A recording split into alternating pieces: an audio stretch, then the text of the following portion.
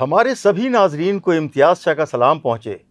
آپ ہمارے اس چینل کو لائک کریں، سبسکرائب کریں، کمنٹس کریں، نیچے دیے گئے لنک کو کلک کریں اور گھنٹی کا بٹن دبانا تو ہرگز نہ بھولیں۔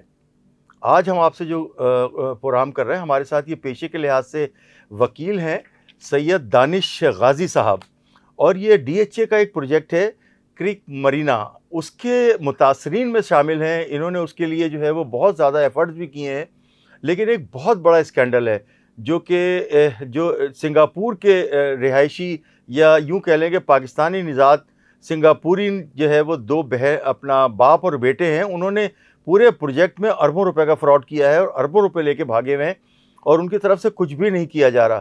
ڈی ایچ اے کو بھی چاہیے کہ اس پہ غور کرے۔ میں آپ کو بتاؤں کہ D H A defence housing authority کے جو کرتا دھرتا ہیں، انہیں اس پہ غور کرنا پڑے گا کہ یہ کرپشن ہوئی ہے، یہ منی لانڈرنگ ہوئی ہے بہت بڑی تعداد میں، بہت بڑی بھاری مقدار میں، اور ان لوگوں کو بالکل ہی جو ہے وہ یوں سمجھ لیں کہ ان کو بے سر و سامانی کی حالت میں چھوڑ دیا ہے اور وہ پیسہ لے کے نکل گئے۔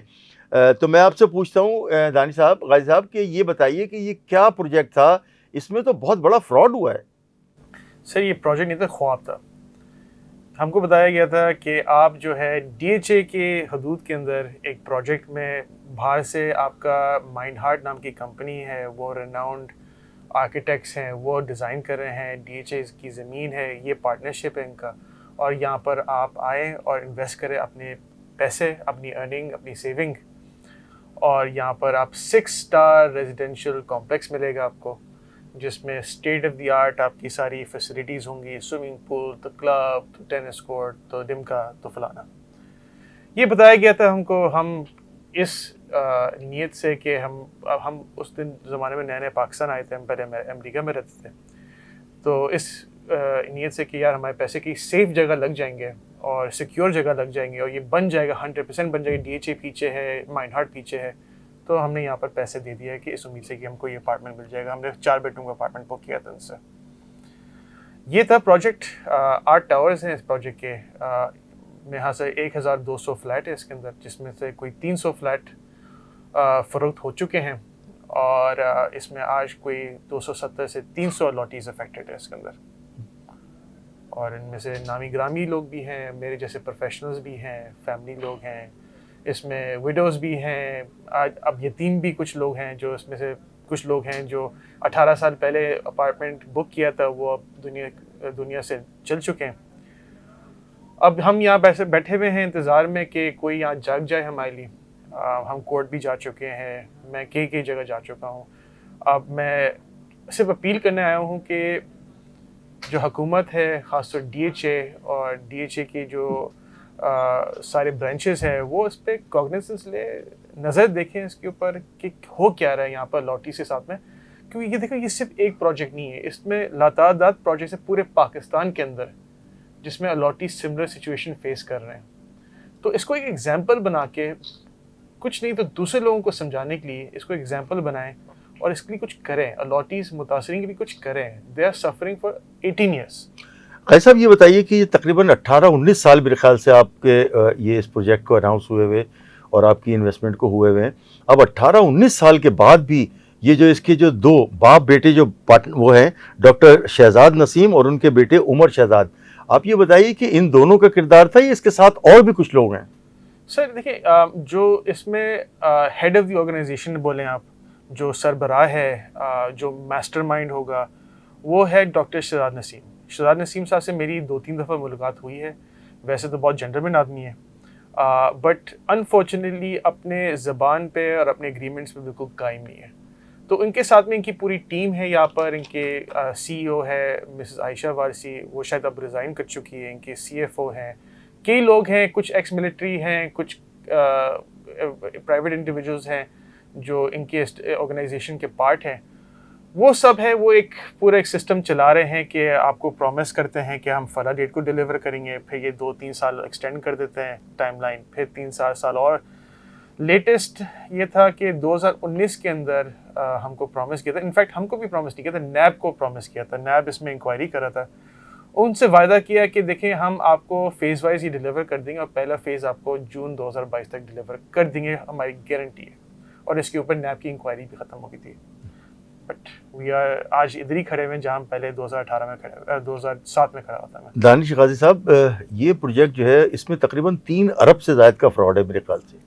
یا بتائیں اصل رقم کی کتنی ہے، نمبر 1. اور نمبر 2 یہ ہے کہ اس پر ان کے دونوں کے نام جب ایئرپورٹ میں جو ہے وہ ECL پہ ڈالے یا اس پہ ایمرجنسی میں ڈال دیے کہ یہ باہر نہ نکلنے پائے، تو یہ کیا باہر نکلنے میں کامیاب ہوئے؟ دیکھیں پہلے سوال تو یہ ہے کہ پیسے کتنے ہوئے ہیں. دیکھیں میں اپنی رقم بتا سکتا ہوں. میں نے جو رقم ادا کی ہے 1.6 کروڑ روپے ادا کیا ہے 2007 کے ریٹ کے حساب سے. اگر ایوریج، اور میں نے 60% پے کیا ہوا. اگر میں ایوریج لاٹی ہوں، اس کے مطلب یہ ہے کہ اگر 300 اپارٹمنٹ ہے تو کچھ نہیں تو 4 سے 5 ارب روپے ان کے پاس کلیکشن آئی ہوئی ہے. ہو سکتا ہے کہ کم بھی ہو سکتا ہے اس سے زیادہ بھی ہو، بٹ اگر ایوریج نکالے اس کے اندر تو اس کے مطلب یہ پیسے ان کے پاس میں پڑے ہوئے تھے. 5 ارب روپے جو ہے 2007، 8، 9، 10 میں بہت بڑی رقم تھی. شاید آج نہ ہو، ٹھیک ہے نا، ڈالر کی ویلیو کے حساب سے شاید زیادہ نہ ہو، پر بہت بڑی رقم تھی.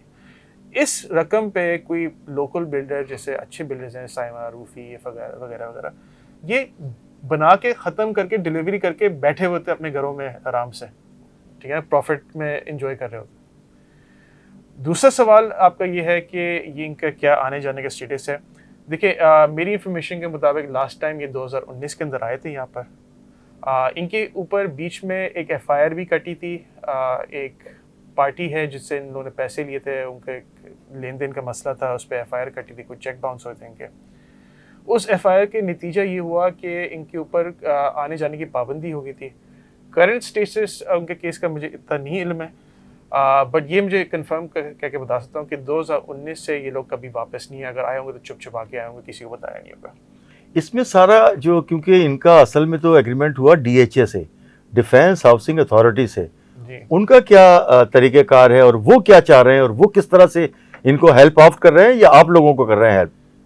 یہ بہت ہی انٹرسٹنگ اسٹوری ہے. دیکھیں اس میں سمجھنے کے لیے نا آپ کو دیکھنا یہ ہے کہ شروع سے کیا ہوا. امتیاز صاحب دیکھیں 2004 میں ایک ایگریمنٹ ہوا مائن ہارٹ کے ساتھ میں. اس ایگریمنٹ میں کہا جاتا ہے کہ مائن ہارٹ آپ ایک ریناؤنڈ کمپنی ہے، آپ یہاں پر پروجیکٹ بنائیں، ہم آپ کو زمین دیں گے. زمین ہے 19 ایکرز ساحل کے ساتھ میں، پانی کے ساتھ میں، آن دا شورز آف کراچی فیز 8 کے اندر. مطلب اس طرح کے کارنر پلاٹ 19 ایکرز میں پورے کراچی میں نہیں ہے تو پورے پاکستان میں نہیں ہوگا. مطلب ideal location, Karachi golf club کے برابر میں، بیوٹیفل ویوز دور دور تو نظر آتا ہے آپ کو. ان کو بولا گیا کہ یہ آپ لے لیں زمین فری آف چارج، کوئی پیسے نہیں. آپ جب بنا دیں گے تو آپ ہم کو 15% اپارٹمنٹ دیتے ہیں ہم کو. سوچیں اربوں روپے کی زمین آپ نے دے دی ان کو اس پرومس پہ کہ جب بن جائے گا تو آپ کو DHA آپ کو کچھ ہم دیں گے، اور وہی اپارٹمنٹ کے صورت میں. چلو وہ ہو گیا. بٹ یہ تھا کہ یہ پروجیکٹ مائن ہارٹ بنائے گا، مائن ہارٹ رسپانسبل ہوگا پروجیکٹ کے لیے.